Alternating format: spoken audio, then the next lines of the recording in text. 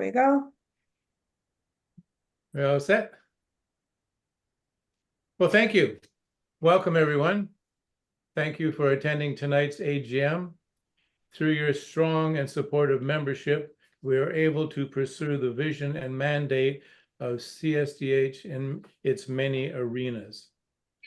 A big congratulations to CSDH. For tonight, we are celebrating the 5th anniversary of our society, which advocates for the access to quality oral health care for people living with disabilities. And a special shout out goes to Clive Friedman and Olaf Plotsky, who are two of the founders, and both remain extremely active in the ongoing work of CSDH. I'd like to acknowledge Barbie Vartanian as our keynote speaker. When I spoke with her about this speaking engagement, I found her to be very sincere, ready to help, and extremely charming. Olaf will introduce Barbie to us in a very few moments. I would like now to take some time for reflection. We have some background. Is there any way we can get that off? Could we ask everybody who's not speaking to mute their microphones, please? Please, yes, thank you. Thank you. And I would like now to take some time for reflection. And this is from two good friends of mine who wrote this prayer. As we gather here tonight, we are grateful for the warmth and security of each other's company. At this time of global turmoil, let us take a moment to reflect on the importance of world peace. Let us be reminded of the values that our organization stands for: ethics, professionalism, advocacy, and caring, and the role we all play as professionals, caregivers, and family in promoting such values through practice and education. We offer our thoughts and prayers for those around the globe who yearn for peace, whether in their lands, in their communities, or in their hearts. We look forward to sharing in each other's camaraderie and friendship. Let both nourish us and give us strength to play a part in building a more peaceful and loving world for all, as individuals and through the Canadian Society for Disability and Oral Health. Amen. And now, as is tradition, in the process and awareness of reconciliation in our great nation of Canada, I will read the land acknowledgement that was written for CSDH. The Indigenous people living throughout Canada include Métis, Inuit, and First Nations. There are over 630 First Nations communities situated across the vastness of Canada, from Vancouver Island in the west to Newfoundland in the east. Let us name a few of these communities to bring focus on our acknowledgement: Coastal Salish, Musqueam, Blackfoot, Cree, Ojibwe, Mohawk, Seneca, Oneida, Algonquin, Huron, Mi'kmaq, and Boythuk. We honor and respect the history, languages, and culture of the diverse Indigenous people who call the unique and traditional territories home. We are grateful to have the opportunity to work and live in these communities. Now is the time for our slide to review some housekeeping items. Do you have those, Barbara? Thank you. So we are recording. If you don't wish to appear in the recording, please turn off your video and mute unless you are the designated speaker at the time. And don't forget to unmute when it is your turn to speak. Voting, which is Class A members, will take place via polls, as you'll see on your screen. And one poll is open to all, and we'll let you know when that is. All voting is by secret ballot. And if you have questions, please use the chat room.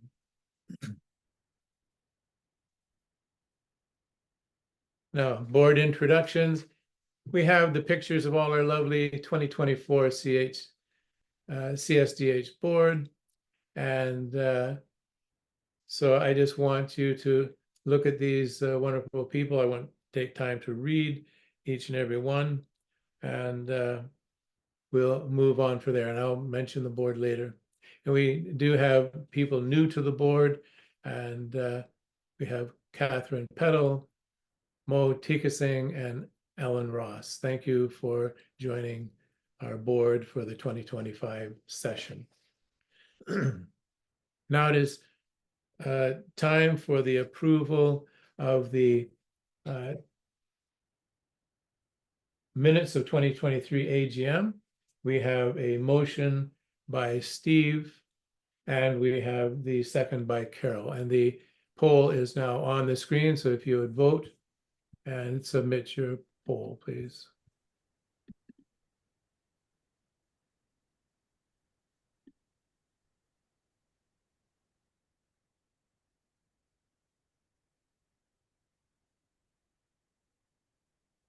You just let us know when you've seen that that's complete, please.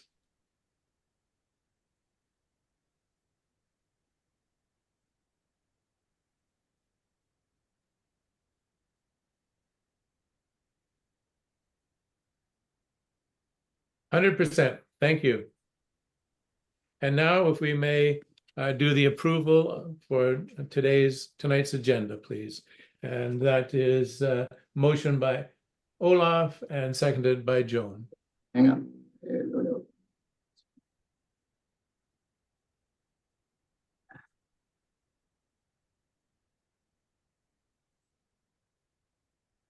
There we go.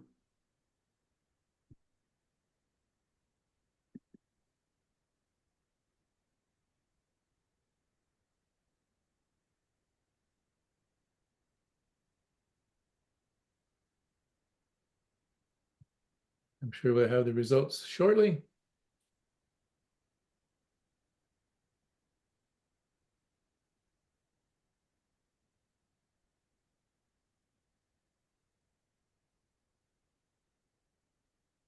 I think we're there, Paul. Okay, thank you very much. That has been approved. Yes, we're good, 100%. Good. And if I may, in the interest of happily moving our meeting along efficiently and towards its newly designated earlier closing, Olaf will only be given this time slot in which to speak. Olaf, over to you now, please, to introduce our keynote speaker. Thank you very much. I shouldn't go past about half an hour with this introduction, so I had to write this out to stay short.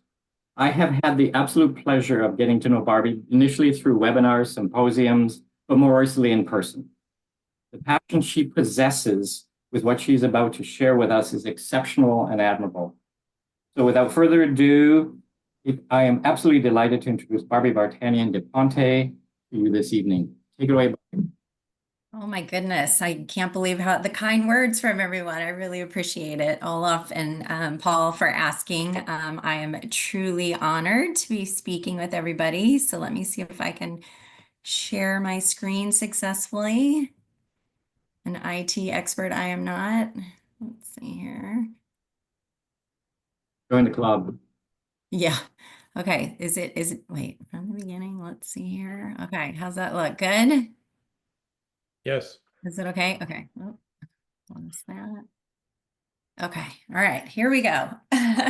Again, so thank you all so much. I'm going to share a little bit with you about my personal story and then a little bit about, my journey at NYU and some of the unique things that we're working on there. And really with the hope, you all are doing such incredible work, but maybe there's some things in there that could potentially be emulated and adopted.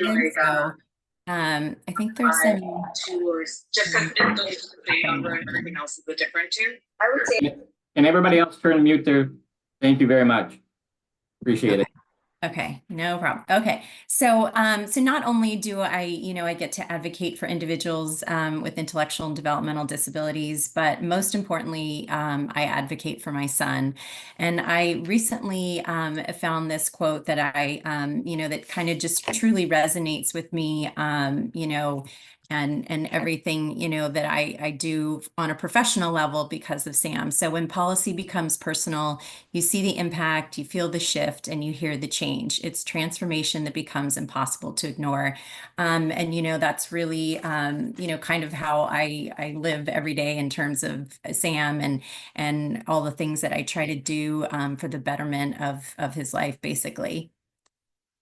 So this is us. I think everyone has a story. I think most people don't realize the impact you can have in telling yours. If you ask my daughter, I probably tell it more than I should. But I think a lot of people, like it resonates with them, and they feel more connected to you. So I'm more than happy to share, my journey. So we look normal enough, but most people wouldn't know by looking at these pictures is that I have a 16-year-old son, Sam, with autism. He is nonverbal, and he can exhibit aggressive, self-injurious behavior at times. Also in the photo is my 17-year-old firecracker of a daughter, Mary Lee. And I always say that this in all of my lectures, I like to say that I will take 17 sons with autism over one teenage daughter. And she always gets very, very mad at me for saying that, but it's true. So, being the sibling of someone with a disability is not an easy road, and it's not without a lot of challenges. You oftentimes hear either the sibling loves and adores their brother or sister, and oftentimes goes into the profession, and everything is perfect and exactly how you would want it to be. But then there's the other side of that, where you oftentimes hear that there's a lot of resentment around the situations that they've had to kind of live with throughout their life. And there's also a tremendous responsibility knowing that more than likely that they'll be caring for them after, their parents are gone. So Mary Lee, from a very early age, has realized that, Sam is going to be her responsibility, and that's a lot. And so this gentleman right there, this is my husband, Bill. A lot of people don't know that the divorce rate amongst individual, parents of children with disabilities is about 85%. It's much higher than the average couple.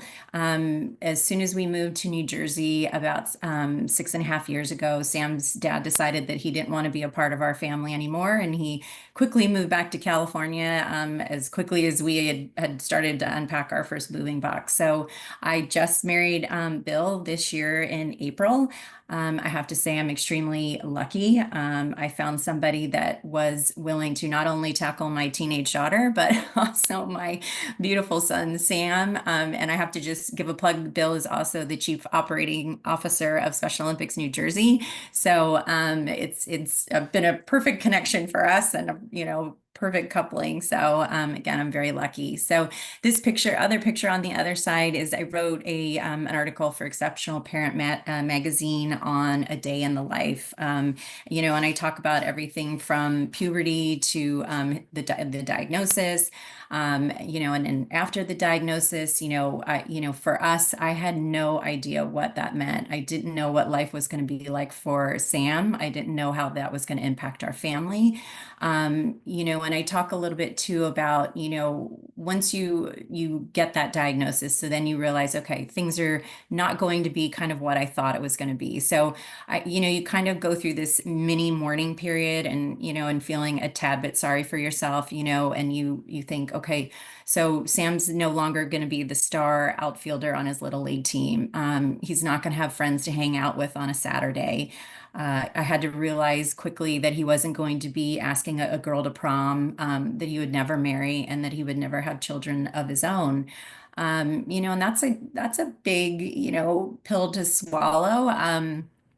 And to consider, but there's so much joy and so much beauty in absolutely everything else. So you quickly move past it, but those are, I think, an honest, true assessment of kind of what you go through when you first realize that your child isn't going to be like a neurotypical child. So, and I also talk about the resiliency that I didn't know I had, how no other person or situation has better prepared me for life.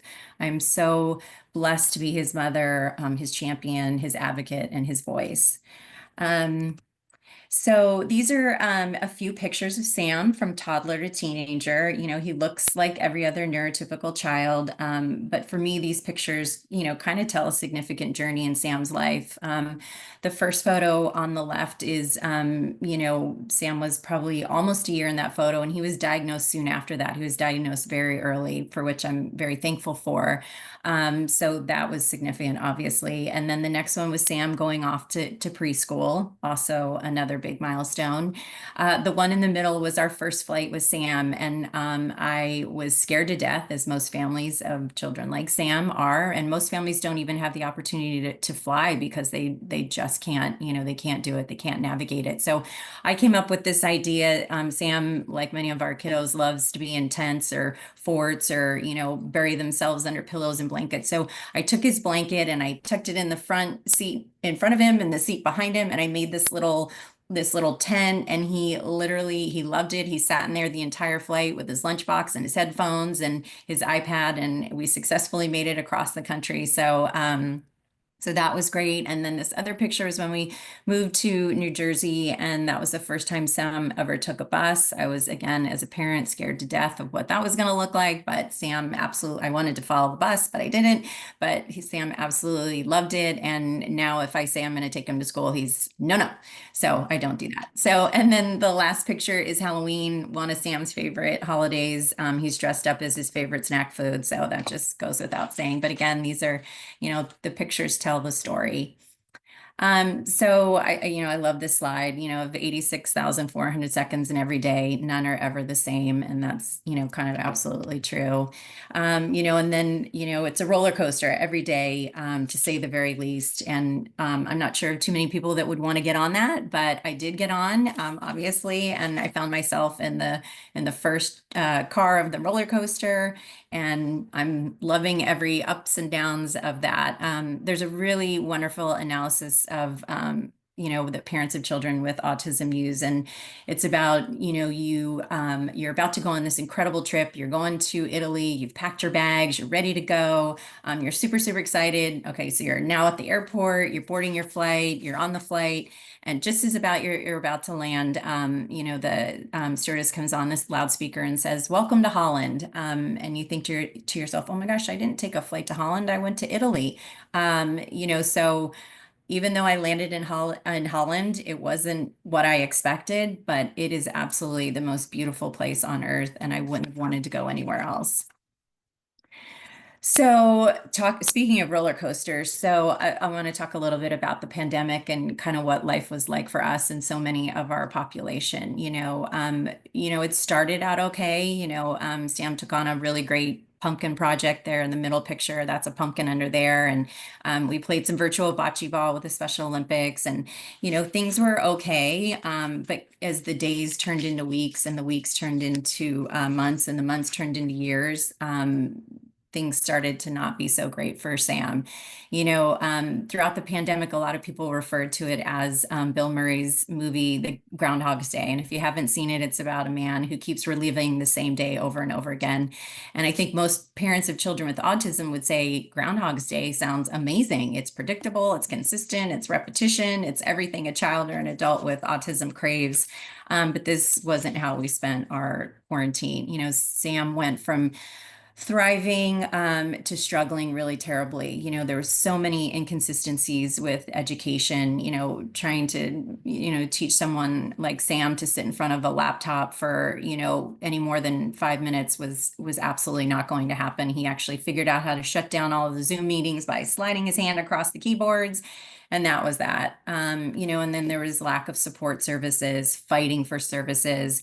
You know, when Sam first started to become very aggressive during the pandemic, I was finally able to receive emergency services because I had to prove to them that he was going to be a danger to myself and my daughter. You know, everything for him changed, and Sam just didn't know why. So he went from being this happy, affectionate, delightful little boy to one with overwhelming anxiety, dangerous aggression, and self-injurious behavior. So hopefully this video work. I'm ambitious in the fact that I put a video in because I know that that's never always a good idea, but here we go. Let's see if it works. So this is tough to watch for me, you know, and this became so bad. You know, he ultimately had to, you know, wear a helmet throughout the house. Let's see. And so these are just, you know, these are some of the holes that Sam put throughout the entire house. I think we're still trying to finish filling the last of them. He also broke my rib during the pandemic because he was so upset about something that he just threw his head back, you know, and he would constantly go after his sister. So it was a really tough time, again, not only for us, but so many families like Sam. And most people don't realize how, you know, overlooked we were in that environment as well. So it was a really tough time, but thankfully Sam's coming out of it. These are some great pictures from him getting some medals at the Winter Olympics, where he's a avid snowshoer, and then also some for swimming. So that's his absolute favorite sport. So and then I'd be remiss if I didn't add a few slides of Sam in the dental office. You know, I'm very fortunate that I have an incredible provider. She's actually an NYU grad as well, and she just gets it. She's so good with our population. I think she treats 60% of individuals with IDD, and she does it so well. So this is one of the appointments. He was struggling a little bit, and she busted out the air water syringe, and now that's his favorite thing in the dental office. And then he's also just very curious when he gets in there. This is his sister at an orthodontia appointment, and he was thinking, gosh, maybe I could do a little assisting. And they just let him be, and he just, you know, scooches around the office in his chair, and it's just amazing. Okay, so now I'm just going to talk to you a little bit about, you know, some of the additional things that we experience, you know, a lot of times in a healthcare center, and then a setting, and then also out of a healthcare setting. So, so bias and stigma, you know, this is obviously a big one in healthcare. So many providers look at this population as less than, that they're not worthy of the same care as the neurotypical population. There was a recent article in the New York Times that speaks to the discrimination that's actually taking place in healthcare environments and in settings, and providers being very willing to open, you know, to go on the record to say that they just don't want to treat this population for a whole host of reasons. You know, and then there's also the stigma of those providers that are willing to care for the population with their colleagues saying, gosh, you must not be a good enough provider because you're treating those people.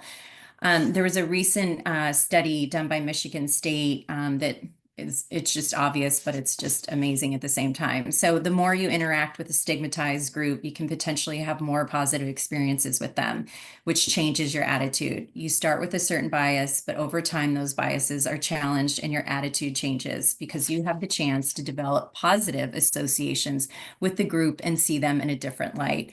You know, I find this to be extremely true for our population. There's so much fear, there's so much misinformation, but as you begin to interact and engage with individuals with disabilities, they will absolutely change your life. And then, you know, diagnostic overshadowing. And I know, I'm sure most of you know what that is, but the classic definition, you know, the attribution of symptoms to an existing diagnosis rather than a potential comorbid condition correlated to clinician bias that results in missed or delayed diagnosis. Diagnostic overshadowing can be detrimental to care quality and can contribute to delays in diagnosis and treatment. You know, this is one of the things that happens continuously, for Sam at most appointments, even with providers that, you know, specialize in developmental disabilities.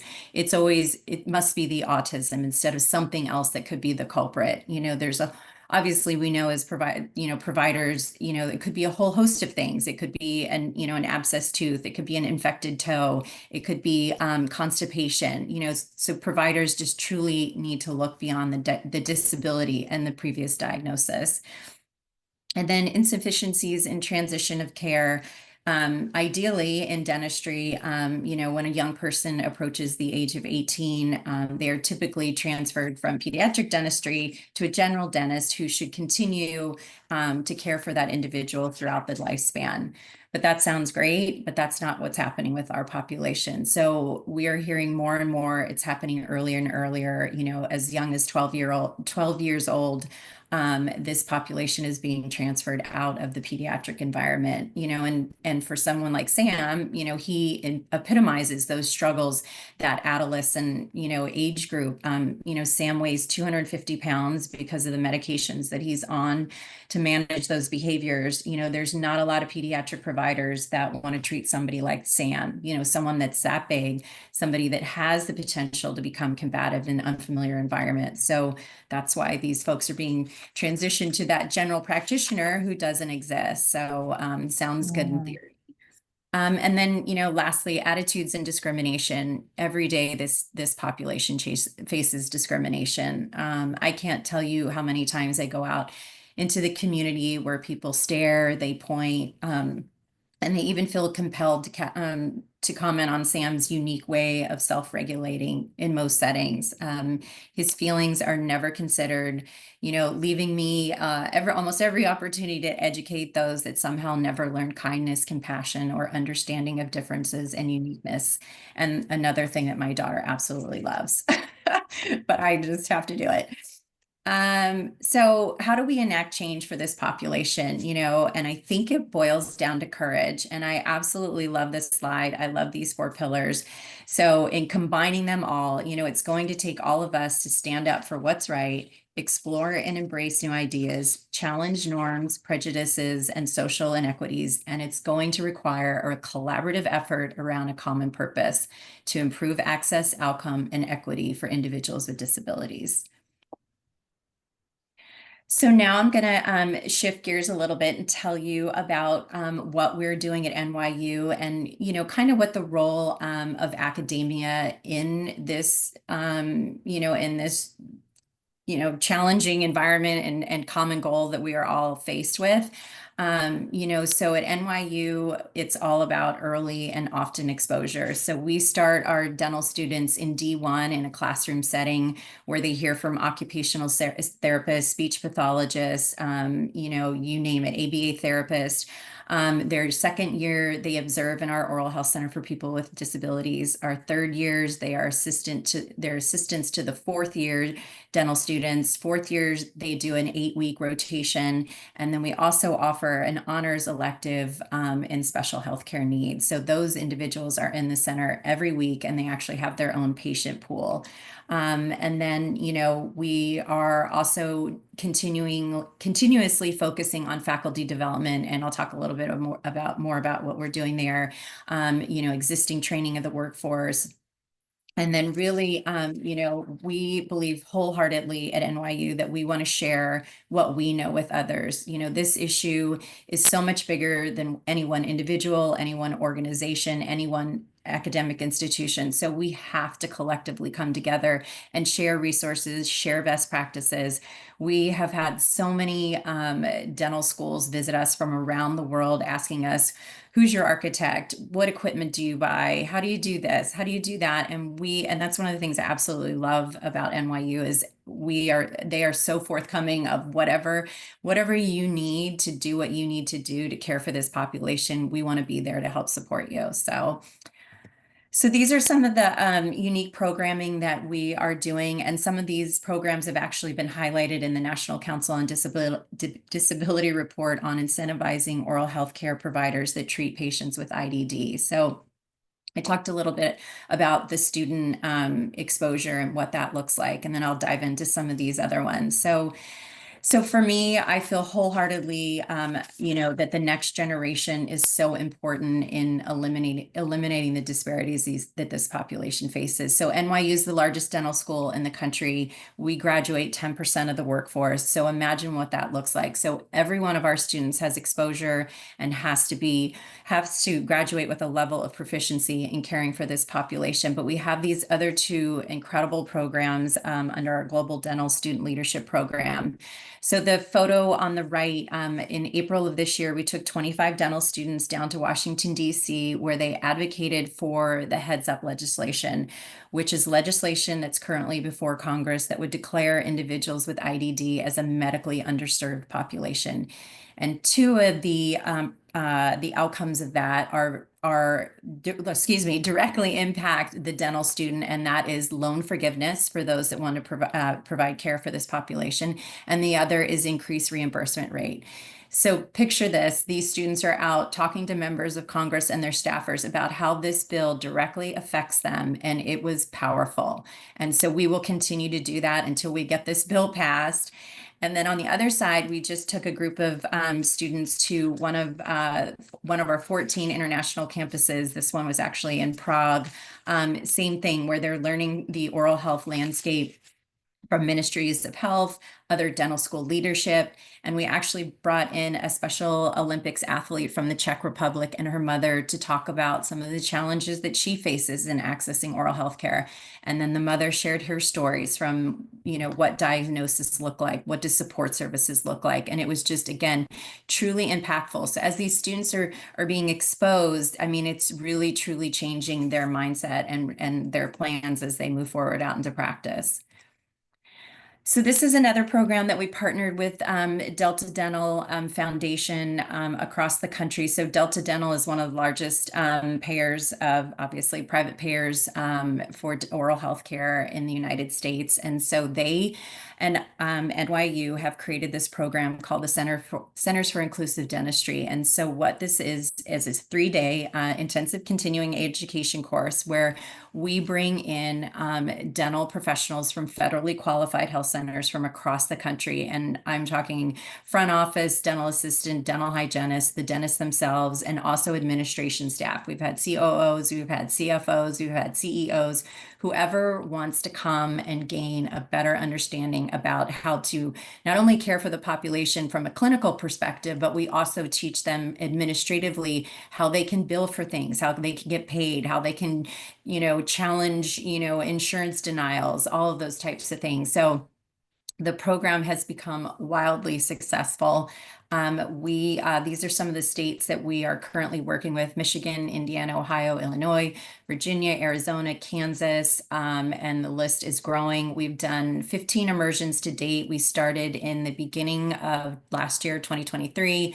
We've got 4 scheduled through March of next year. We've got 8 more that we're trying to frantically find dates for. And then we've trained over 75 dental professionals in this space. So it's been truly amazing to see the impact that it's had and how they are, opening their doors. We teach a lot around the behavioral modification sides of things, the non-pharmacological sides of things, knowing we all know that access to ORs are next to impossible everywhere. So we want to make sure that these folks, have the tools to be able to treat these individuals in their practices and not refer them out. Something in my throat, excuse me. And so this is another program.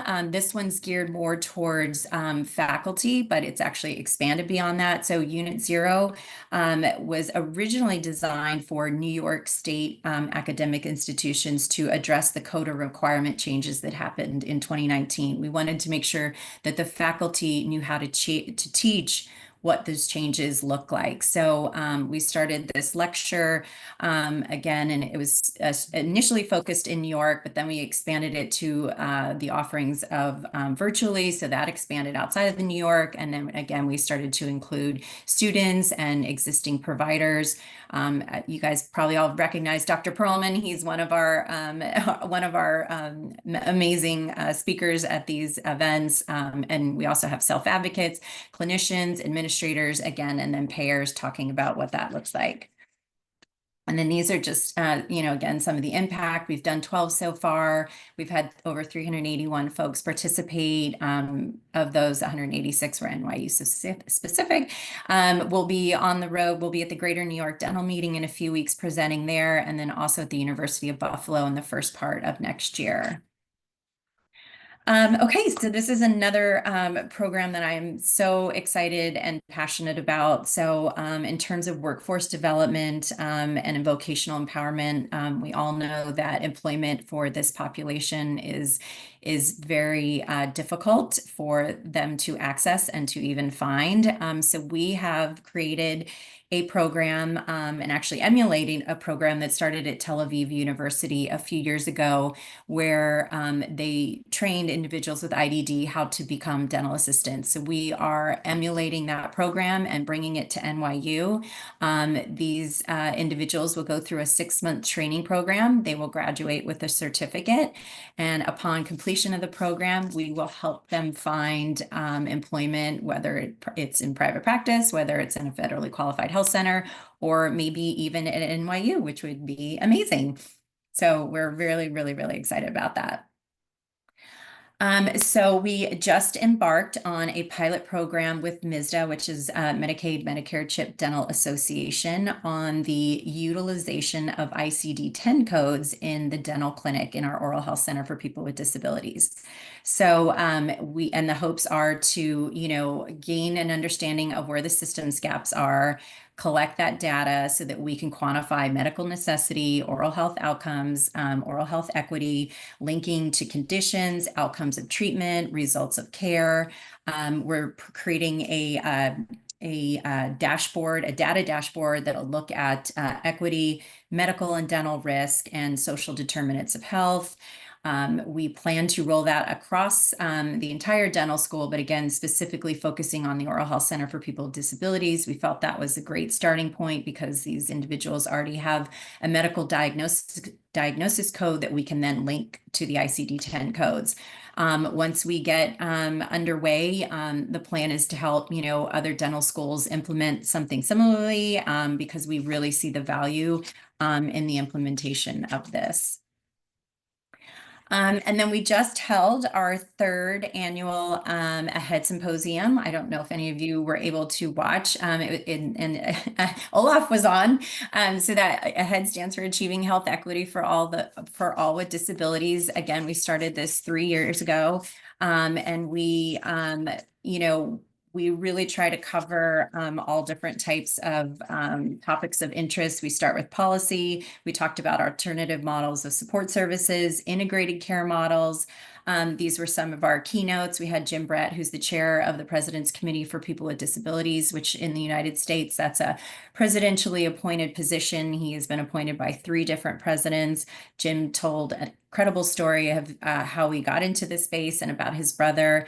We had Congressman Seth Moulton, who is the lead sponsor on that heads up legislation that I talked to you about. We had Kim Hill Ridley, who is New York State's first chief disability officer, and she's actually the first chief disability officer in the country.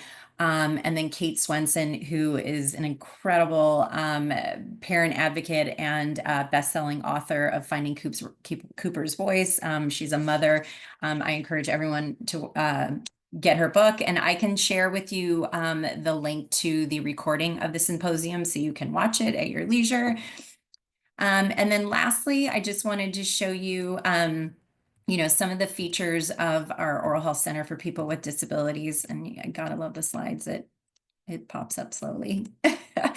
But mostly I really want to focus on the interprofessional healthcare team within the center. And that truly has made a tremendous impact. And that is our nursing rotation and having our nursing students work with our dental students on how to, better read a medical health history. That's a huge area where they seem to get caught up on and where it's taking additional time. They're then teaching them what to look for, how to extract great detail from those. We have a social worker on staff that has just been invaluable in working with our families and caregivers to eliminate some of those barriers to coming to the dental office, whether it's transportation, whether it's guardianship. We've seen our no-show and cancellation rate drop by 25% just by having this individual there to support our families. We are in the process of onboarding an applied behavioral analysis therapist, an ABA therapist, to work with our parents, our caregivers, our faculty, our staff, our students on behavioral shaping techniques, coming up with social stories for each individualized patient, You know, we've seen this be so beneficial in other environments, and we see the value of having that person there to support, again, that the clinician in that environment. You know, the dentistry doesn't change. It's those behavioral barriers that tend to make dentistry complex for our population. So we truly see the value in that. We want to start collecting a lot of data around that, because we want to be able to show the value, so that if somebody would want to hire somebody and implement those services, they can then get paid for it. And that's always the complex issue there. So so again, those are just some of the things there. And then lastly, you know, I just had a few things that I, you know, want you to maybe consider. So, you know, consider unexpected collaborations, you know, be open to working with anyone, anywhere, anytime. Inspiration and ideas sometimes come from the strangest places, and we all know that. Look beyond your borders. You know, again, look outside, look at other countries. You know, Olaf and I were at the IADH meeting in South Korea a few months back, and hearing what other countries are doing. You know, it's an opportunity to, you know, share best practices. You know, so again, just look beyond what you're doing in your country and see what others are doing, and see if it's something you want to emulate. And then your circle of influence is larger and more influential than you may think. You know, there's so much value in that. You may think you don't know a lot of people, but you know, I think you know more people than you think. And I think sharing your story and letting people know what you're working on, you know, that could trigger them to say, gosh, I don't know anything about that, but I do know somebody who does know something about that. And you'd be amazed to see the ripple effect of that. So always, you know, don't be afraid to share your story, what you're passionate about, because I guarantee you're going to find other folks that will then share your like-mindedness. And then make the ask, even when you know the answer will be no. Just keep asking. You know, I think, gosh, I don't know what's in my throat tonight. I think back to the heads up legislation, we are constantly being told that, you know, it's not going to move in the House. It's not going to move in the House, but we continue to drive it. We continue to ask members to sign on. We now have, as we all know, a new administration. Maybe we'll find somebody in the House or the Senate that has a sibling, you know, they're the parent of somebody with a disability. So I think you always want to be relentless. You want to be resilient, because you never know when that no is going to turn into a yes. And then always remember you're making a difference in the lives of so many. It might not feel like it, but you are. And everyone on this call and in this group, you guys are all amazing. You're doing great things. I'm so appreciative to be able to talk to you tonight.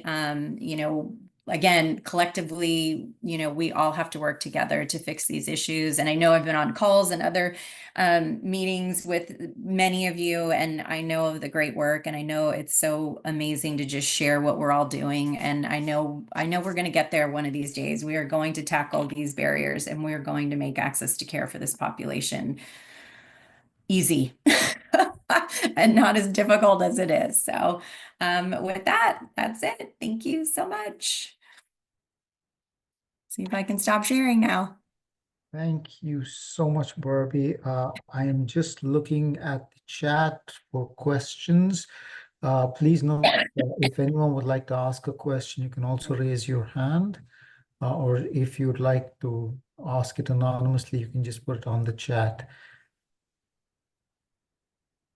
Excuse me. Swallowed something.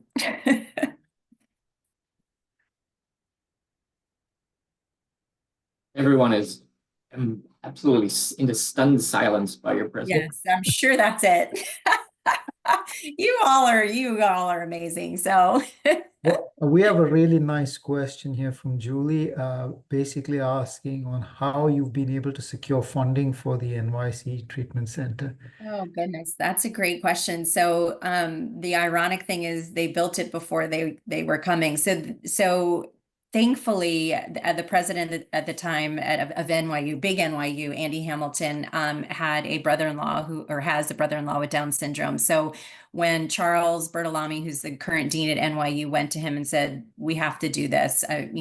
We have to do better. We have to be able to provide care for this population." He had witnessed an individual in a wheelchair trying to access the building, and they were struggling significantly. And he said, "Enough's enough." So they put together this white paper. They gave it to the president of the school, and he said, "Okay, we'll do it." So now the challenging part is, since we did it, now we're trying to backfill and raise funds for it. So, we're just trying to, we've gone to, the Delta Dentals, some of the bigger payers. We've gotten some little dollars. We've had some alumni support, but not, we're still looking for naming rights. We've named a few of the operatories. We'd love to, name our surgical center. So we're continuously, we're constantly trying to go after appropriations money through the federal government. We've gotten to a certain level, but then always denied in the last, go around. So we're just long story short, we're still looking for the resources to pay for the center. So right now, it's just being offset by tuition and things like that. Okay, so it's ongoing, and just because you don't have all the funds available right away, it doesn't mean that you shouldn't, build it and then work on it afterwards. Yeah, well, that's what they did, and I'm thankful that they did. So yeah. Okay, thank you. That's very helpful for something we're doing in Manitoba. Thank you.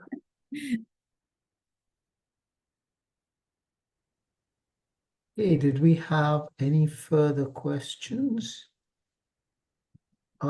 Well, here's the other, Dr. Baiki here has a nice question for us. DR says, what is the feedback from the dental students in working with this population? Oh my goodness, they absolutely love it. We actually did a survey really recently of our alumni who graduated, who did have access to the oral health center. So 2019 was when we opened it. We just celebrated our 5th year. And of the ones that responded to the survey, 87% of them said that they felt confident, they feel confident, and they are caring for the population. The problem is where our graduates are going. If they're going to a DSO, those large dental support organizations where that's not part of the model and they're not being supported in it, but those students that are, either have gone the route of a federally qualified health center or some of those private practice environments where they're being supported in caring for the population. But that's why my hope is in the next generation, to see how enthusiastic they are, to see that they don't have the bias and the stigma and all of those other things. They truly are so passionate about this population. There's also a follow-up to that as to what type of treatment are they providing. For example, is it just preventative care? Is it restorative care? Is it comprehensive care? The students? Yes, that's the students. So the students in the special needs, the honors elective, they are doing actually the 4th years, towards the end of their 8-week rotation, they're doing full restorative care. And then those in the elective are doing comprehensive cases, they're delivering partials, they're doing, you name it, they're doing it. Yeah. And then when you say elective, these are the same, all of them graduate in 4 years, right? It's not like someone's got a 5th year of elective. Right. No, so it's an elective that the 4th years all have opportunities to do an honors program in any of the different disciplines. So these students have been hand selected. There's about 15 in the program. So Right. these are kids that are very, very passionate about the population. And do they come into the program as a sort of, like you said, it's an elective. So for example, are there other electives that other students choose, or is it just a specific elective for special care dentistry, or how does that work? Yeah, so there's different electives for the different disciplines. Like somebody could do one specific to orthodontia, or some choose to go perio or endo or whatever that might look like. Awesome. That's amazing. I don't have any further questions on the chat. If there are no further questions, I'll just look around quickly. No hands. Well, thank you so much, Barbie. So with that, I just call on Joan to deliver a formal thank you. So Joan, the floor is yours. Thank you, Barbie. I did actually send a question, but he chose not to read it out. and I think I've decided I really mean it. Could you come to Canada? I mean, I think if you're interested, you can stay with me. I mean, we're welcome here, you know, come along. We really do need you. That was truly inspirational. Thank you for an excellent presentation. You know, like you, I am the parent I of a know young you man, are. yeah, who lives with a developmental disability. And so, of course, your talk spoke very strongly to me. But many people among CSDH know and love someone who has a disability, and all of our members care about people who live with disabilities. And so your talk is really inspirational for all of us. And I think your presentation confirms that change can happen through love, care, and perseverance. So our sincere thanks for your leadership. We'll be following. Thank you so much.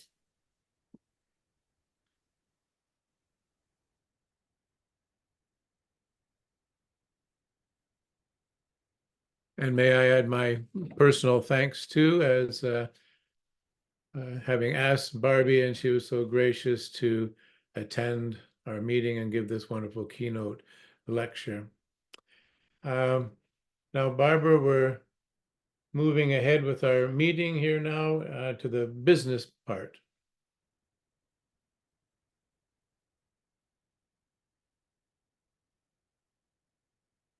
Okay, the year in review. I'd just like to speak to the 2024 priorities. These are priorities that I penned a year ago, and I'd like you to read through them and just sort of contemplate how you feel that we have progressed. A lot of the answers are going to be in the reports that come from the individual committee chairs. And let me just speak to the number 4, and that is providing more opportunities for member engagement. We have been very successful. A lot of people have come forward from membership and taken on positions in committees, and recently people have taken on positions on the board. I am so sorry. I don't know what happened. I know now you're onto your meeting. I'm sorry, Joan. It's okay, Barbie. I will turn it back to you if you have anything to say. Please do. You Oh are gosh, so Joan, important I'm to us. so sorry. So Sam loves to play with my computer, and I think he unplugged the plug, so I think my battery ran out. Like, there you go. I'm like, Well, what? I hope if you didn't hear the thank you, please take a minute to listen to it on the I recording, will. because honestly, you were amazing, and I thank you so much, both personally on behalf of CSDH. Thank you. You. Sorry to disrupt. My Not goodness. at all. Okay, have a wonderful rest of your meeting. Thank you again, everybody. Thanks. Thank you, Barbie. Bye. Bye-bye now. Okay. Well, there. That was a nice little interlude. Now, providing more opportunities for member engagement. And we also have a new board member that's going on the regular board with a 2-year commitment, and 2 people that have come on the board for the 1-year board appointment commitment. So we are expanding the scope of the board and committees, and we are seeing great progress, and more work can be done, because we started out small 5 years ago. We had very little work to do except get our stuff together, our vision and our mandate, and start making people aware. And now we're busy. That's it. We're busy. People know us. People are aware. Government's aware. Dental societies are aware, from hygiene to dentistry, dental assisting. People in the general community are aware of what we're doing. So we are making progress, and this is so good. So without going any further, I'd like to ask Joan to start her report on the Advocacy Committee. Thank you, Joan. Well, hello, everyone. Again, I've met several of you tonight. So I'd like to say that it's my privilege and my pleasure to introduce the members of the Advocacy Committee. Dr. Barbie Vartanian, I don't think could be with us tonight, but she's been here from the beginning, general practice dentist in Calgary, who recently completed her general practice residency. Dr. Lena Young, who's new to our committee, practices in both Vancouver and in Kelowna at her own clinics, and also has a general practice residency and some specialties with special care patients. Professor Shora Nyabola Tulamelo, who is a dental hygienist and an academic at UBC. Dr. Ian McConaughey, who is a retired pediatric dentist who has been busy this past year helping advise Health Canada on necessary attributes of the Health Canada Canadian Dental Care Plan. Dr. Olaf Plotsky, also a pediatric dentist retired, who was co-founder of CSDH. Dr. Paul Romanson, our president, you've been hearing from, long, excellent clinical career and also a teacher at Western. And Dr. Alicia Thatcher, also a new member, who is a medical doctor.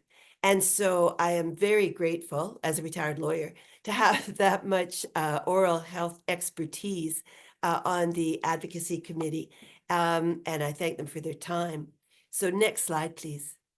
So we focused, as Paul's priorities have confirmed in the slide just ahead of mine, that one of our primary focuses was on the Canadian Dental Care Plan, and we continue to advocate to government for a plan that meets the needs of Canadians who live with disabilities.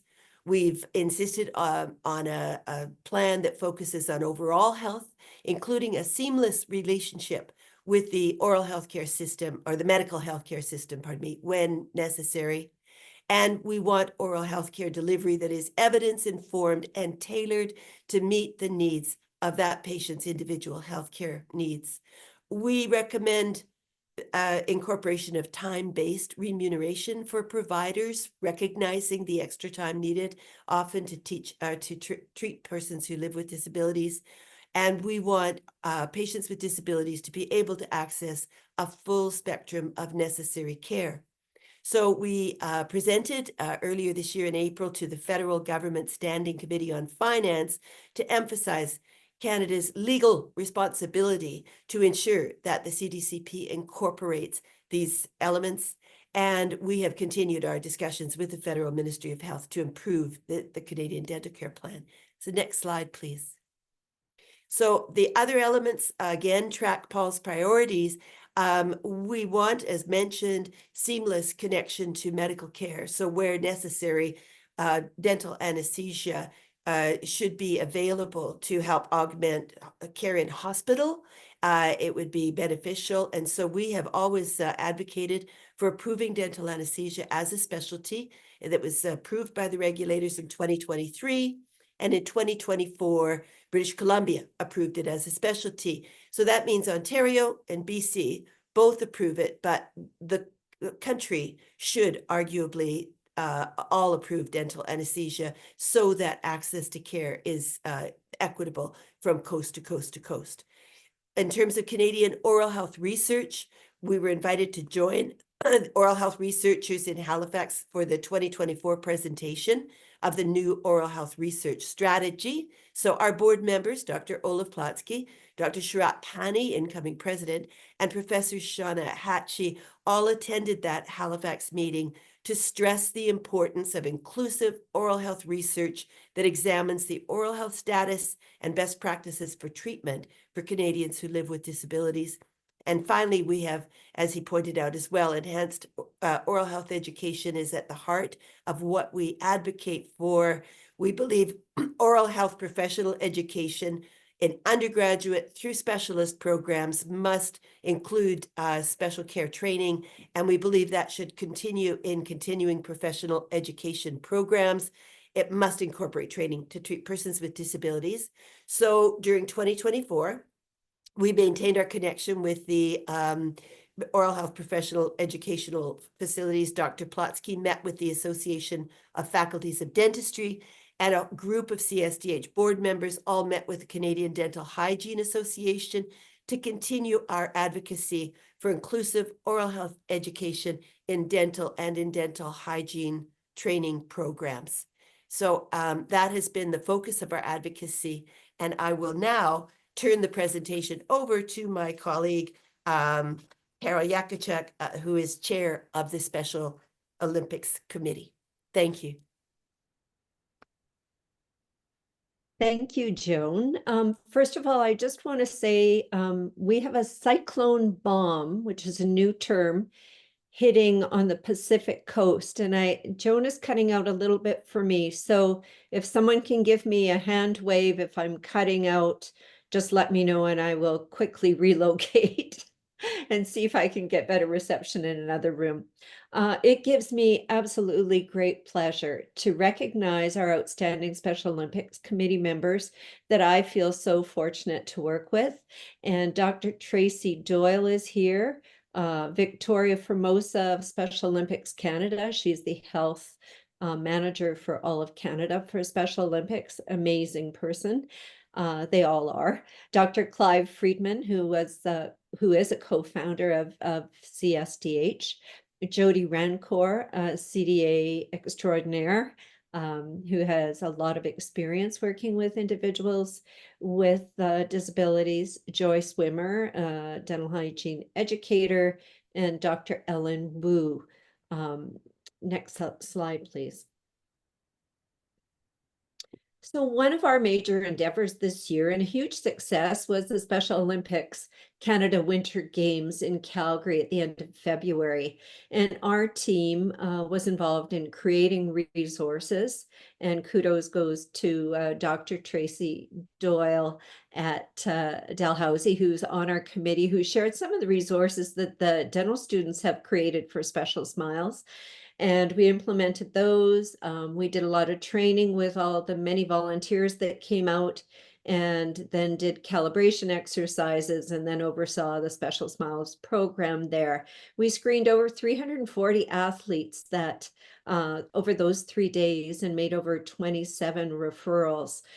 Certainly a big thank you goes out to all the over 40 dental and dental hygiene and assisting volunteers who came out to do all of that great work. So we do continue to recruit for oral health professionals who want to become clinical directors in Canada and serve their communities, and as well promote Partners in Health, a program that's currently in Ontario through Special Olympics Ontario. So it gives people who are searching for a dental home a way to find those caring, committed, and competent oral health professionals. And I'm really pleased to really speak a little bit more about this third one, the self-assessment tool. Next slide, please.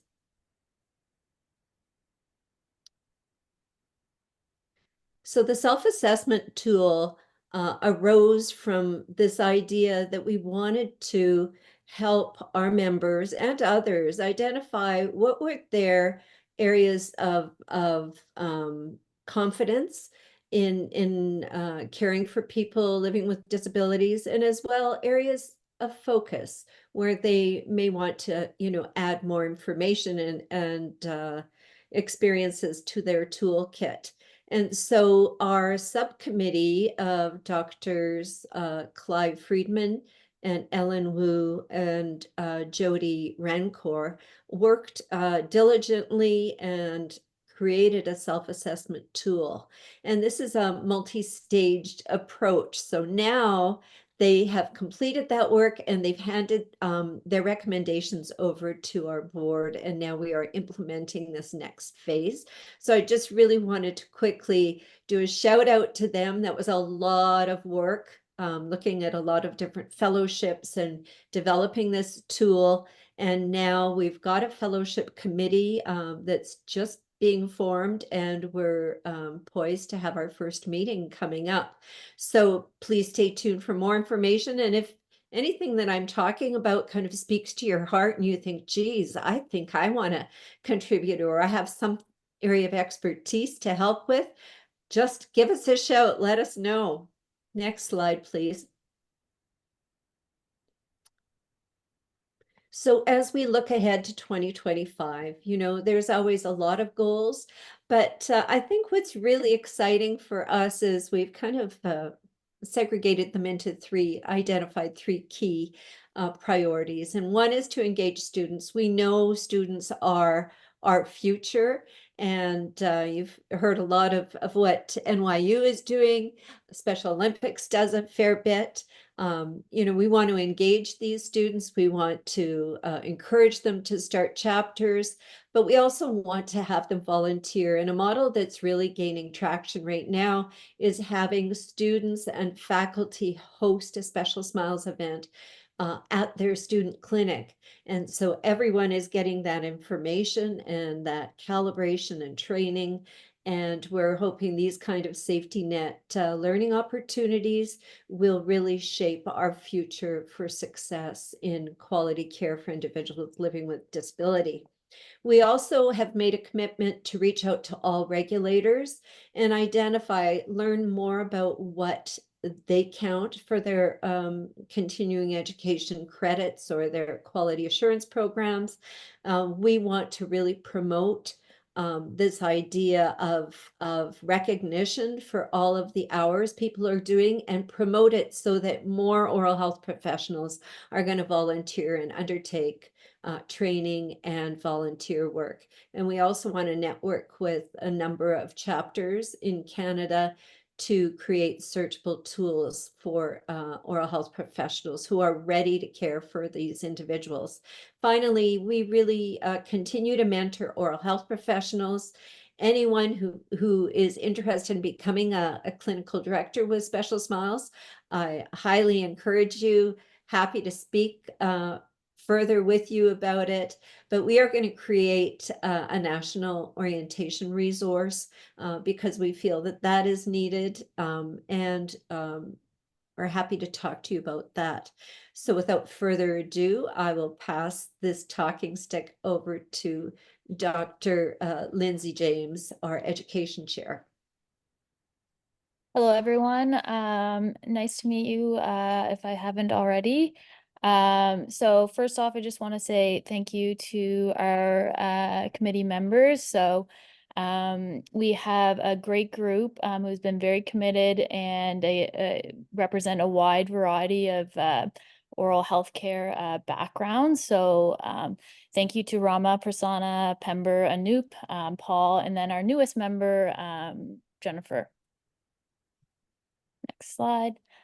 So this year, as a committee, we were approached by the College of Dental Hygienists of Ontario because they recognized a lack in educational training for dental hygienists in Ontario in terms of managing patients with disabilities. And so they reached out to us because they're interested in creating educational resources to be used as continuing education for their members related to managing patients with disabilities. So our committee was tasked with providing that expert content related to managing patients with disabilities. So this has been really great, and we hope that the content that will be used to develop these modules, which should be rolled out sooner than later, will be something that can be utilized across organizations in Canada, and hopefully beyond that in the future. In addition to this, these modules, once complete, will be used as an educational resource on the CSDH website. So they'll be made available to all CSDH members as we look towards increasing access to educational resources for our members. So on top of that, We also are happy to announce that starting in January of 2025, we will have our first lecture series titled Beyond Barriers, Enhancing Oral Health Care, a lecture series. So this will be strung out throughout 4 months and starting in January of 2025, and will involve 4 different speakers, and it all surrounds providing and managing the oral health care of patients living with disabilities from different perspectives of speakers from different backgrounds. So these lectures will be made available virtually, and you can look out in your emails in terms of signing up for these lectures, probably within a month of the first lecture, which will go live in January. So we have accomplished a lot in 2024, and as we look towards 2025, our main goals as a committee, so we want to successfully complete the inaugural lecture series and carry that forward into the following years.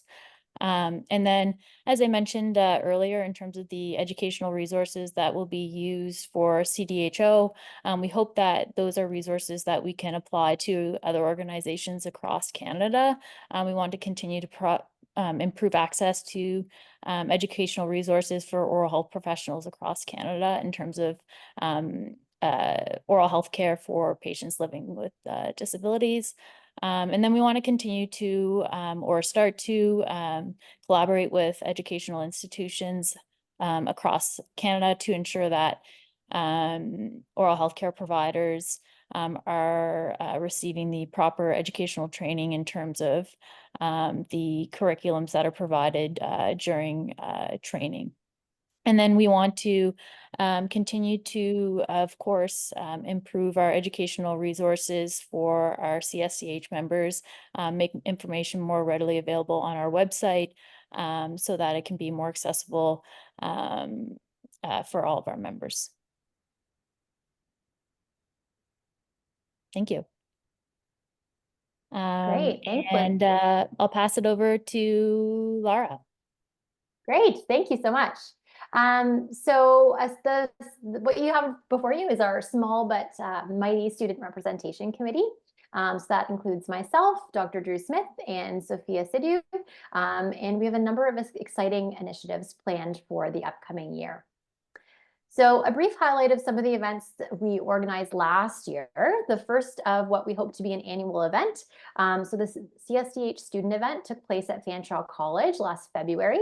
And this included a fun and engaging presentation with Dr. Shelley Stack, who's with us this evening. Hi, Dr. Stack, on cultural competence and working with persons with disabilities, including some really fun ASL lessons that were woven through her important messages. We also engaged with Special Olympics on several fronts. The last event happened in Waterloo last May, where we had students from George Brown College and Fanshawe College, Special Olympics volunteers, as well as clinical directors. And we were all joined by members of the Ontario Dental Hygienists Association, and lots of fun was had by all. So looking ahead to 2025 and beyond, our main objective is to establish a student chapter in each of the oral health programs across Canada. We're also planning a student essay contest and hoping to launch that this spring, so stay tuned for some additional details. And then our second annual CSDH speakers event will be held at Fanshawe College again in early February as part of the Beyond Barriers lecture series with Dr. Clive Friedman coming to speak with us. And we're planning on hosting this event live over Zoom. So again, stay tuned for additional details. Lastly, if you're a student or a faculty member interested in participating in CSDH activities, please reach out. We're always happy and looking for new and innovative ways to advance our vision and mission, and we would love to have you join us. So up next, I'd like to introduce Shauna, who will be presenting our Treasurer's Report. Thanks, Lara. So we can see here that we continue to grow our budget, and we're hoping for, 5 years in, for it to continue to be healthy so that we can invest more money into advocacy and educational initiatives. So in the past year, we have almost $8,000 that has come into revenue for membership. And then we also continue to gain finances through donations and sponsorships. So we have over $8,000 in both personal donations and corporate sponsorship. An attempt to make your money work smarter and not harder by investing some of it into a GIC, and so taking it out of just a simple savings account and putting it into a place where it can earn a small amount of interest. So we have over $400 in the last year that's been occurred through that means. And then the last item is just refunds from expenses from the prior year. And what we have spent money on is conference expenses. So any of our board members who've attended representing CSDH at meetings to advance our mission through our advocacy work, whether that be also attending conferences to hopefully make new connections and collaborations. And we've been very successful at doing both. We also have over $900 that has gone towards the IADH membership. We like to see that number actually increase, because that means our membership is increasing. And then we have just under $1,000 that's gone towards administration. So that is items like our annual filing fee with the federal government. It could also be things like Zoom or our website expenses. And then we also have a small portion of that has gone towards tokens of appreciation for in-kind support. That's includes our annual our speaker at our last AGM, and then also we had some students who had put together some business proposals for us. And then lastly, banking services fees with just over $250. And more information will be available in our annual report. And now it's over to Barbara. Yeah. Well, thank you, Shauna, and everybody who came before me. I'm going to talk for a few minutes about our strategic plan. We actually have recently done, or are in the process of refreshing our strategic plan. Originally, we created one in 2021, which was 3 years ago, and a lot has changed within that time frame. Whether it's the government introduction of CDCP or us accomplishing some of the objectives that we set out in our first plan, we felt it was time for a complete refresh. So all of our board and committee members were involved in refreshing the plan. What I'm going to do tonight is give you a super high level overview, and then once we've crossed all the T's and dotted all the I's, that full plan will be posted on our website so that you can get more information there. Before I get into the specifics of the plan, I just want to talk a little bit about the stages of strategy development. The first thing is to identify the current state, or to describe this current state. And that was, we asked ourselves questions like, what have we accomplished from the original plan? What's still left to do from that plan? And again, what's changed in the environment? Have there been any strides forward in terms of the advocacy that we've been doing? We also there we go. The desired future state. And for that, we really went back to the original plan that we had developed, where we had a mission and vision, and we really didn't change an awful lot because we still felt that we were on the right path. We refined the wording of our vision a little bit. It's a little bit easier to read now. The old one was highest quality oral health care for Canadians of all ages living with disabilities, which is a bit of a mouthful. The new one, the sleeker version, is highest quality person-centered oral health care for Canadians living with disabilities. We really thought that person-centered aspect of it, although supposedly inherent in highest quality, really need to be more explicit. Then the next stage is looking at what are the gaps between this current state and the desired future state. And that's where we developed strategic goals. And again, we actually did a really good job the first time we developed a strategic plan. We felt like we really looked at the 4 strategic goals that we had established originally. And ensure sustainability was one of them, and that was still one of the ones that we have. And the wording on the next one, again, was just modified a little bit, but was essentially the same goal as before. So we want to increase the number of practitioners caring for people living with disabilities. We still need to reduce and eliminate the systemic barriers to access to care. And then we did have one other fourth goal in the previous plan that we have deleted.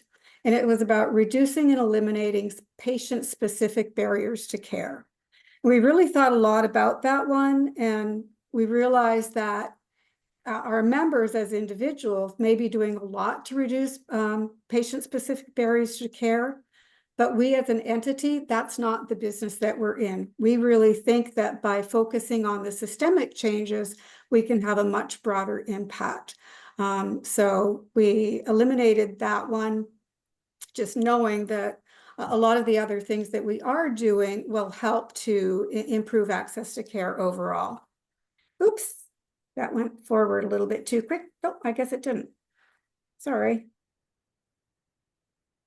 And then the last step in developing a strategic plan is to get lower level objectives, and then more specifically, how are we going to do all of those things that we would like to do? And so again, think about the plan as covering at least 3 years. And I'm just going to give you a couple of highlights from each of the specific objectives. So ensuring sustainability of the board falls under ensuring sustainability of CSDH. At the end of next year, 3 of our current board members are going to be reaching the end of the maximum number of terms that they can serve on the board. So at this point, we're going to be transitioning to a newer generation of CSDH leaders. And so one of our objectives is to document the roles and responsibilities and processes, and we're going to create transition documents so that the people who take over don't have to reinvent everything. There'll be some really great transition documents for them to follow. The next one is about actively recruiting new members. In the past, we rely primarily on our membership renewal campaign in the fall and a lot of word of mouth. And basically our numbers have remained about the same every year. We lose a few, we gain a few. And so we really need to do more if we want to increase our membership.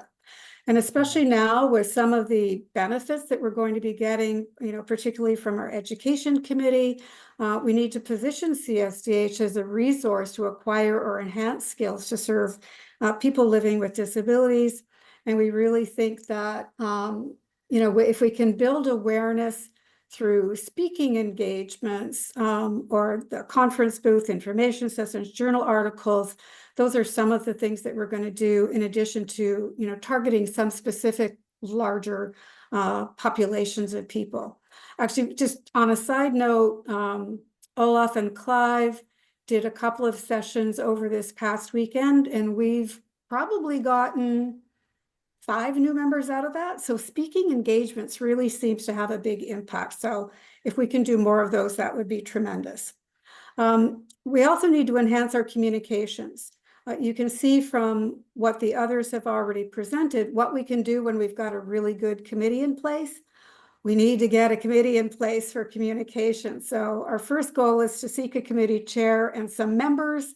And then I think they could have some real fun exploring AI and other technologies as a means to kind of facilitate both the quantity and the quality of our communication to our members.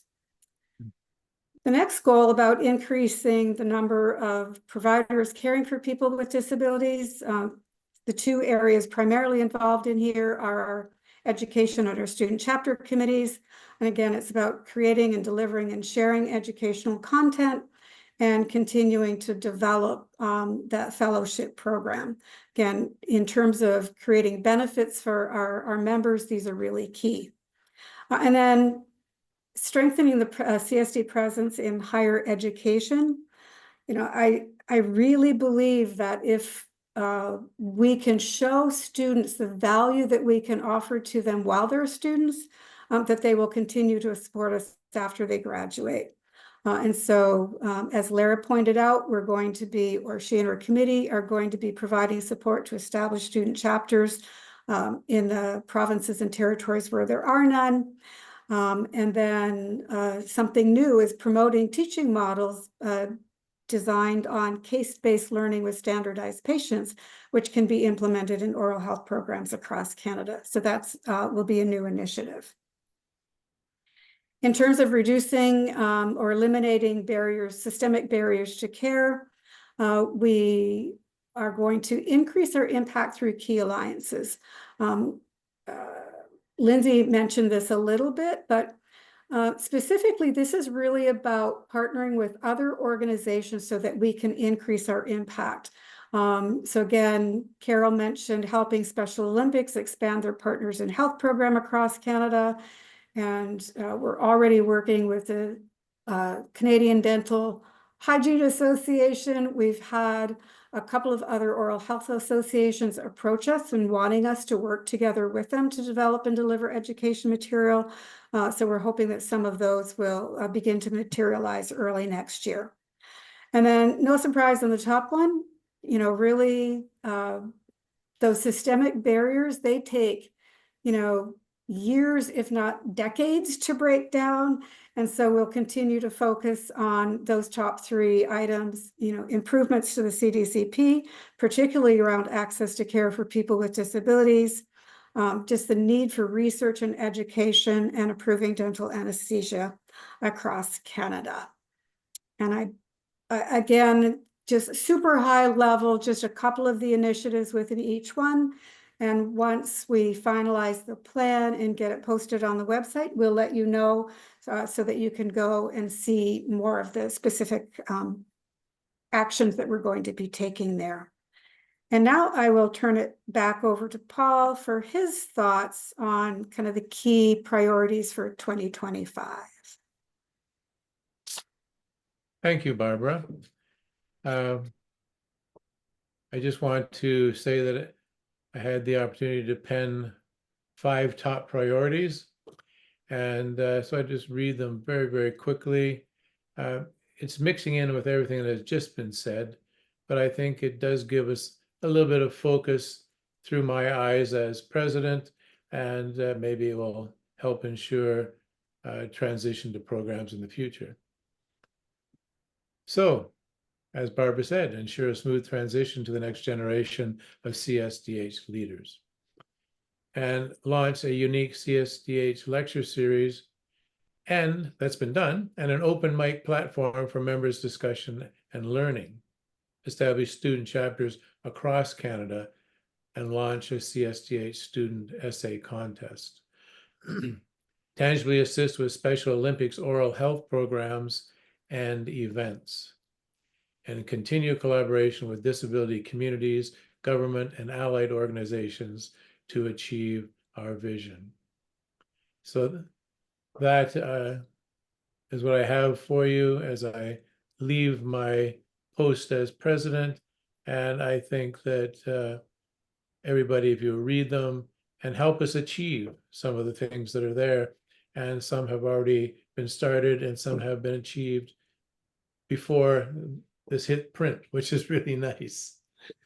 Okay, it is my duty now to bring forward a motion to ratify the 2025 Board of Directors, and the motion is moved by Drew Smith and second by Rama Balkaran. So we will now go to a poll and went to accept this.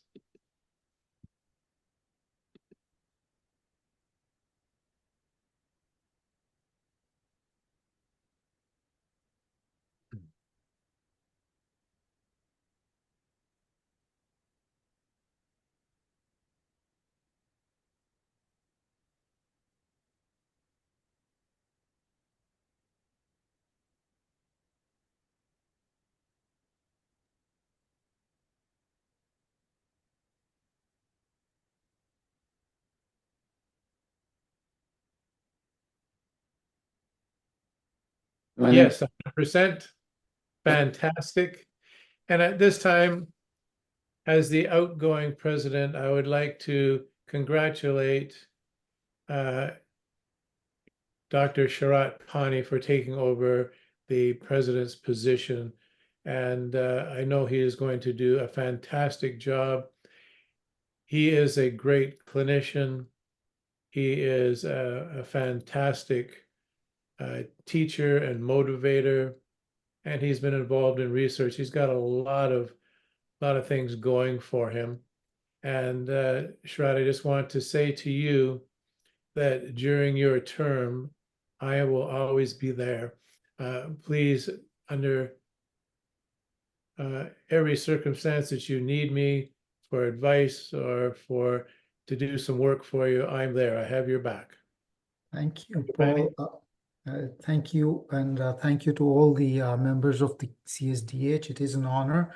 I would actually like to take this time to thank Paul for his amazing presidency, for his wise stewardship and calm voice.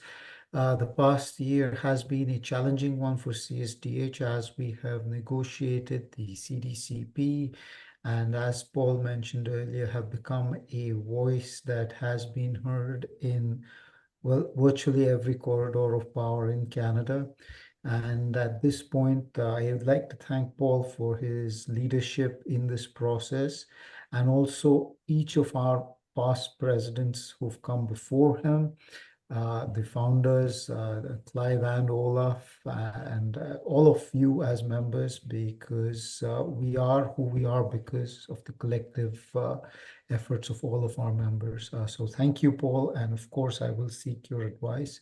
And I've been told by Barbara that at this point I have to hand over for trivia, and I cannot go on more than 30 seconds on this. So without further ado, I will hand over to Barbara for what is the most anticipated event of the evening, and that is the trivia time. So Barbara, it's all yours. Okay, you give us too much credit. I think everything that I've heard before this has been really amazing. So I wouldn't call this the highlight, but I would call it, we're starting to wind down. It's time for a little fun before we sign off for the night. So yes, trivia time. If you've got a pencil and paper handy, that's great. If you just want to keep these things in your head, that's fine too. So here's what trivia is going to be tonight. It is going to be word association. And so it's going to be, what's the dental related word associated with the following pictures? I'm going to give you one example, and then I'm going to go on to the rest of them. And we'll just take maybe like a minute or two per page. There's only 2 pages, and then I'll give you the answers. So here's the example. And if somebody wants to shout out or put the answer in the chat, you can do that. But what's the dental related word associated with the following picture? Anybody got it? Bite? Correct. You know how to do this. All right. Here's the rest, or here's the first page of the rest.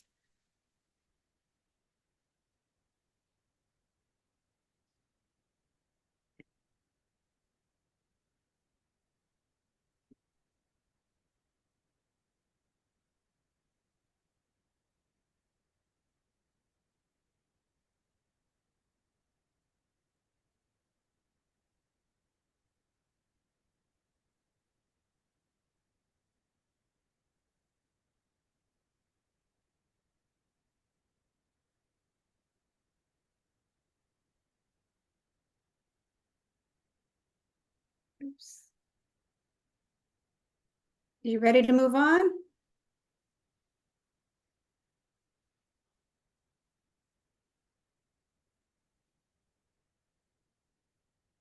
I'm going to move on. If you need to go back, you can give me a hands up or something like that. And I just want to point out on this one, on the bottom 2, there's 2 pictures together. See the pluses between them? So they're a 2-word answer.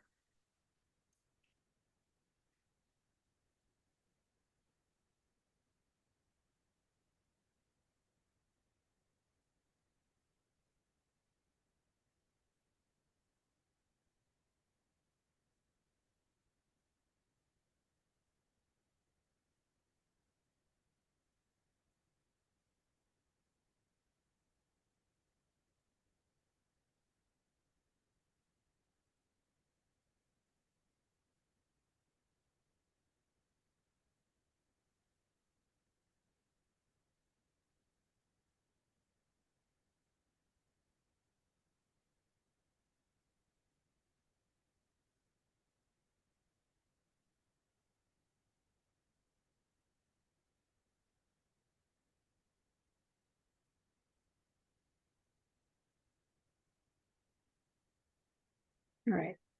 Anybody need more time? Ready for answers? All right, I'm going to go ahead.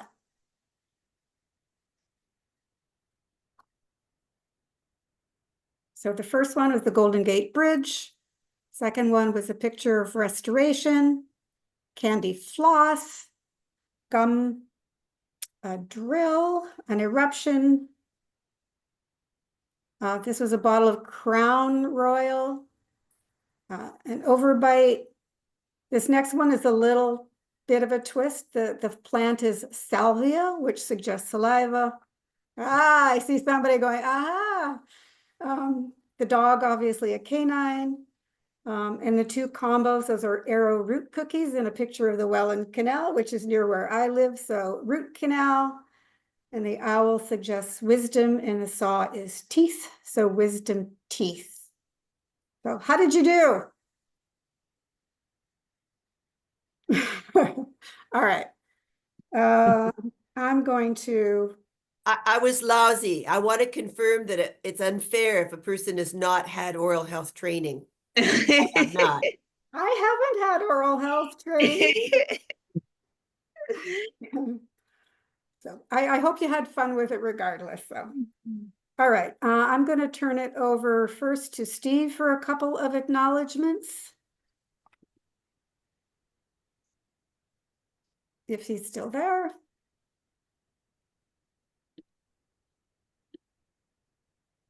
Steve, are you there? I can't see. He's here. I think he looks to be He's working on muted. Steve, you're muted. There I am. Okay. I wasn't, I didn't know I was to acknowledge anything. What did you want me to acknowledge? Well, I can take over if you like. Well, as chair of the membership committee, we did update the membership fees this year from last year, and we included a new section of fee, the contributing member section fee. We have had a new member. You probably Tim Brown, who joined us as a committee member, and has come up with some very good suggestions for us going forward.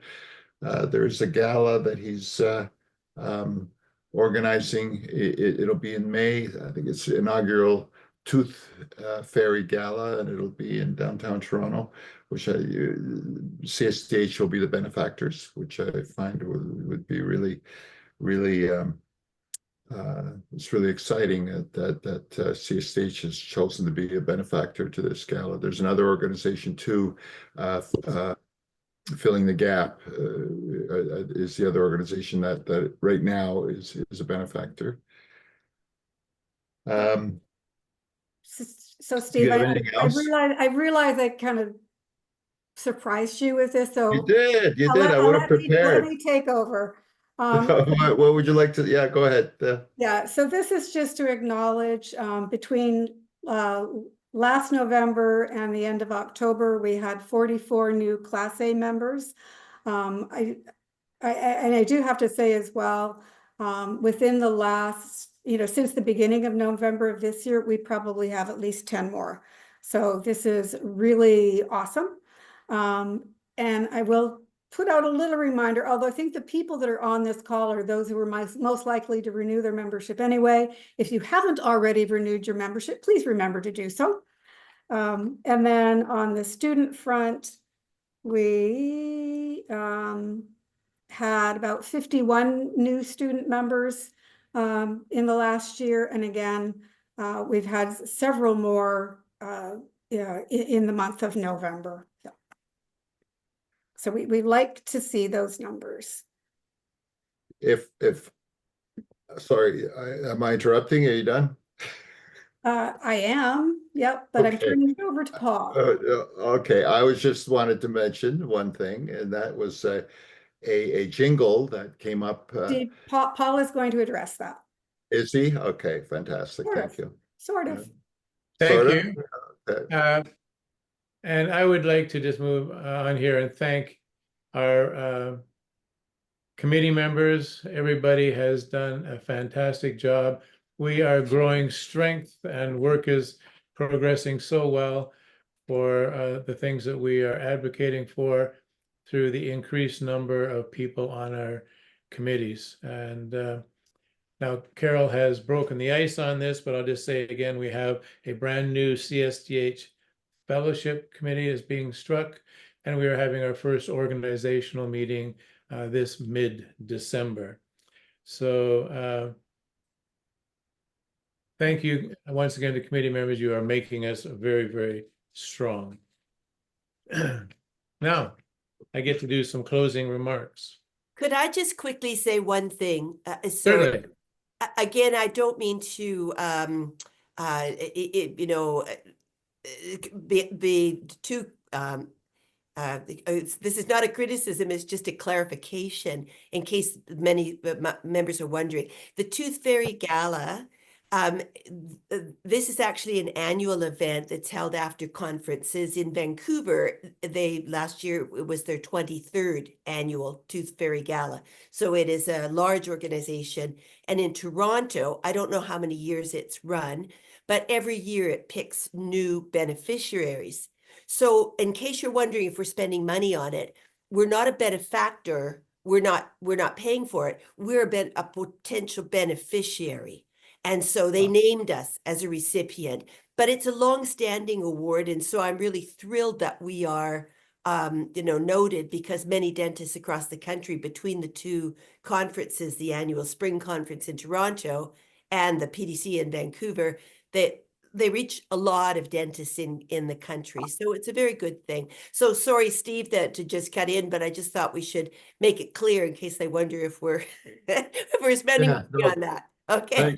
Thanks for clarifying, Joe. Thank you. Yeah. Yes. Thank you, Joan, for the clarification.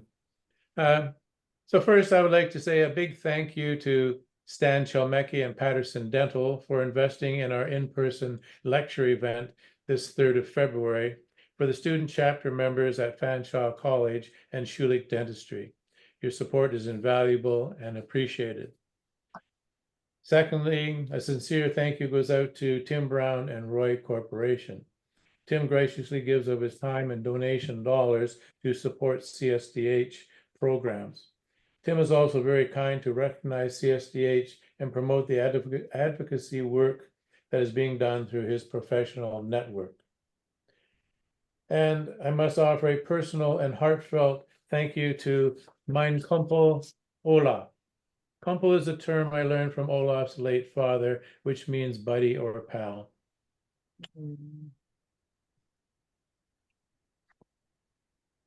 He has been my guide and resource all through my term as president. And he had my back completely in April through May as I recovered from surgery. Olaf, you're the best.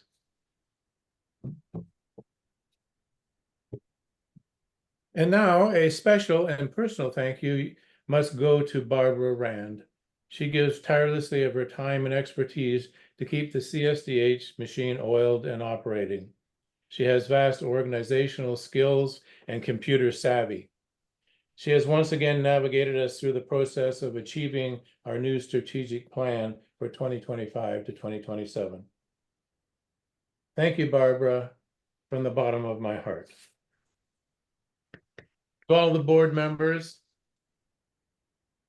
of 2024, thank you for your passion, hard work, and the successes you have achieved, and in making CSDH a stronger and greatly respected advocacy organization in Canada.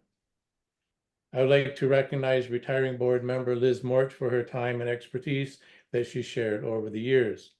Liz will represent CSDH in January when she lectures to a large hygiene group in the Vancouver area. Mille grazie, Liz. And to all of our new board members, welcome. I hope that you find doing your work on the board as enjoyable and as fulfilling as I do. Thank you for accepting your new position and serving. Two last things I'd like to say before we call the adjournment. Your membership is in CSDH is critical. Thank you for being a loyal and active member. When you're chatting with friends and colleagues, let them know you're involved with CSDH and the work it does. Kindly direct their attention to csdh.ca. The importance of each new membership can be valued exponentially. In closing, I would like to leave you with this quote from Douglas Adams about service. To give real service, you must add something which cannot be bought or measured by money, and that is sincerity and integrity. Now, before us is the motion to adjourn. The mover is Joan, and the seconder is Steve.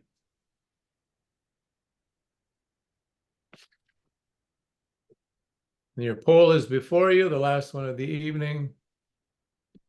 And everybody can vote on this one, not just the Class A.